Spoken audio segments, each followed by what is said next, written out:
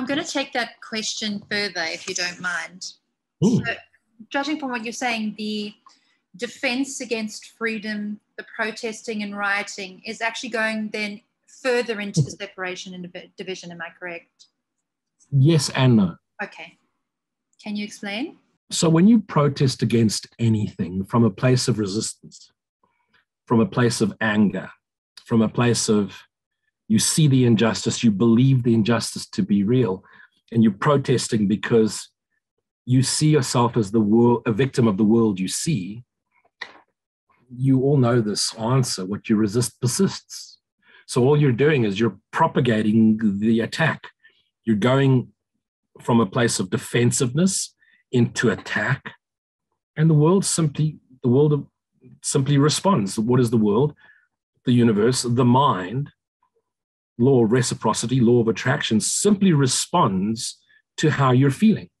So you've identified with a cause, you've found an enemy, and you've attacked, not realizing that as the dreamer, you've created all of this, including what appears to be the injustice in the world. It is all coming from you because you do not remember separating or believing you've become separated from your source, from God. You feel abandoned by your source because you don't remember falling asleep. You don't know why you've fallen asleep. You've imagined something must have created you. You've imagined you must have displeased this creator. You must have somehow done something wrong, and therefore there's a sense of unworthiness. There's a sense of rejection. And there's, of course, a fear of that which has created you, a fear of God, because you believe perhaps you will be punished. And that has now become the psyche of the fallen mind.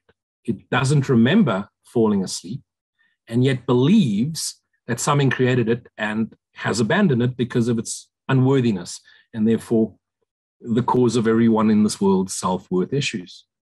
And yet, when you return to that self, the light of the self, the light of the awareness, quickly reveals you are the son I love. The wonderful parable that Jesus taught on the Mount of the prodigal son. Return to me. No matter what you think you've done, it was simply a dream. Return to me. Sin is not real. No matter what you do in the dream, it's not real. But the minute you attack, you make it real. And so choose to look at it another way. Choose to realize that everything that appears as suffering in the world is there to pull you back so that you turn inward. The separate self is looking outward for happiness, for joy, and therefore has expectations and is unhappy at the state of the world. And so when you protest, you display your resistance, and you often display it in a forceful way, in an angry way, in a pain body mind attached way, and you just draw unto yourself the same reciprocal energy. And so attack begets big attack. Defense begets defense. Defenselessness is your path out of separation. Defenselessness and forgiveness is your path to remembering the self that we all are. And so when you're acting from a place of love, let's say you see injustice in the world.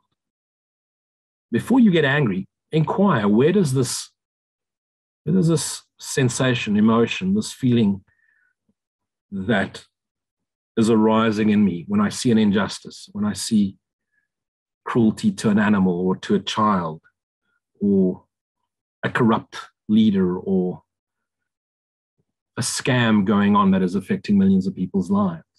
Where's this coming from? It's coming from a place of love, unconditional love, where truth wants to be known. Now, you'd be far better off to sit silently and see the world anew and then offer the rest of yourselves this new vision. However, if the sensation, the awareness, the light within you calls you to act from a place of love, Gandhi was a great example. Nelson Mandela was a great example. Act from a place of love. Choose to be the change you want to see. but you're not going to affect the world positively. You're not going to bring light to the world from a place of darkness. First, become the light you seek. Now, of course, the minute you become the light you seek, you start to see the face of Christ, the awakened self in the world.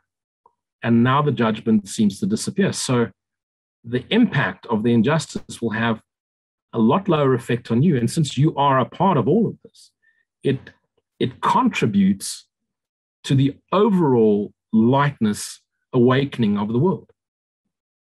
And yet, if that call to action still exists in your awareness, pouring forth from you, asking you to act, asking you to protect or stand up for something from a place of love, remember, from a deep desire to serve the love you are in all your brothers and sisters, in every living being, every animal, every plant, every tree, the environment. If it calls forth to act from a place of love, act from a place of love, but don't act from a place of resistance, because you're just going to create more attack on yourself.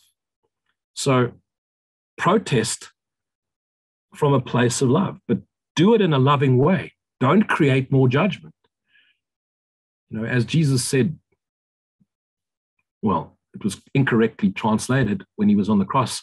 The translation in the Bible was, forgive them, Father, for they know not what they do. The truth is, if you go into the earlier Latin versions, he really said, forgive me, Father, for thinking they have done something, when I now realize this was but a dream. They've done nothing. It was just, I believed they had. And so there's nothing to forgive. And so act from a place of love, but first be that love. Be that I am. Be that self, which is the Holy Son of God, and show that face to the world. Act from a place of love. And if you see an injustice and if you see cruelty, act from a place of love. Don't attack, because then you're just creating more defenses. Try and act from a place of love and hang on to that light of awareness when you're acting.